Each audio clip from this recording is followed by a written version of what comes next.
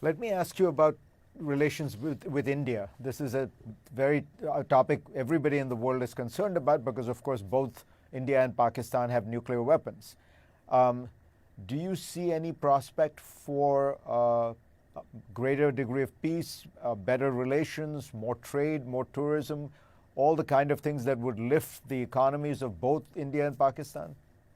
Well, Fareed, as you would know, I'm probably one of those Pakistanis who knows India and understands India much more than the rest of my own countrymen and probably all over the world.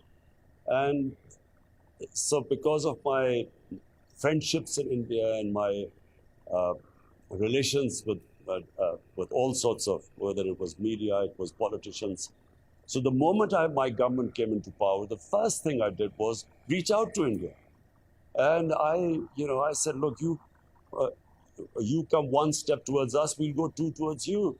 And our only issue is Kashmir, and we should solve it like good neighbors on the dialogue table. But unfortunately, Fareed, there's a tragedy unfolding in India. An ideology, the RSS ideology, has taken over India.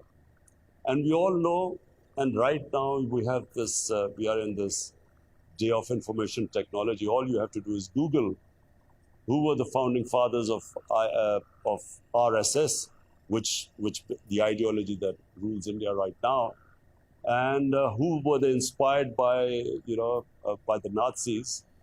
This is all what I'm saying is can easily be verified. So it's a racist ideology which has taken over India.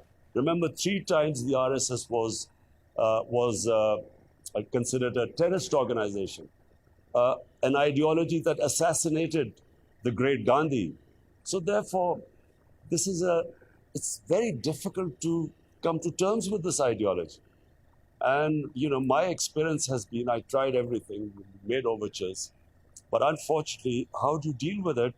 Which an ideology which is based on hate, racial superiority and hate for Muslims, minorities, Christians, and of course Pakistan. So we haven't made any headways. But my worry is, Fareed, it is what is going on in India right now is much, much more damaging for India than for Pakistan right now. We just have our relationship as frozen, but events in India and the India I knew, I think it's of great concern. In the atmosphere you're describing, though, one does worry. One terrorist attack, one miscalculation on the border could spiral out of control. Does that worry you? Yes. In fact, I went to my first speech in the United Nations. I raised this concern because what happened was there was a attack in India. A Kashmiri youth blew himself up on an Indian military convoy, and Pakistan was blamed. And I immediately asked them, look, if you have any evidence that Pakistan was involved, we'll take action. But rather than giving us any evidence, they plane bombed us. And so Pakistan also retaliated and their plane was shot down.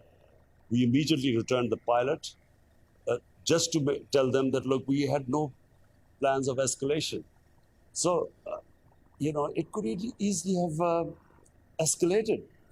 And therefore, I think this, which is why when I met President Trump, I asked him that, the most powerful country it's very important to solve this Kashmir issue because it's been festering.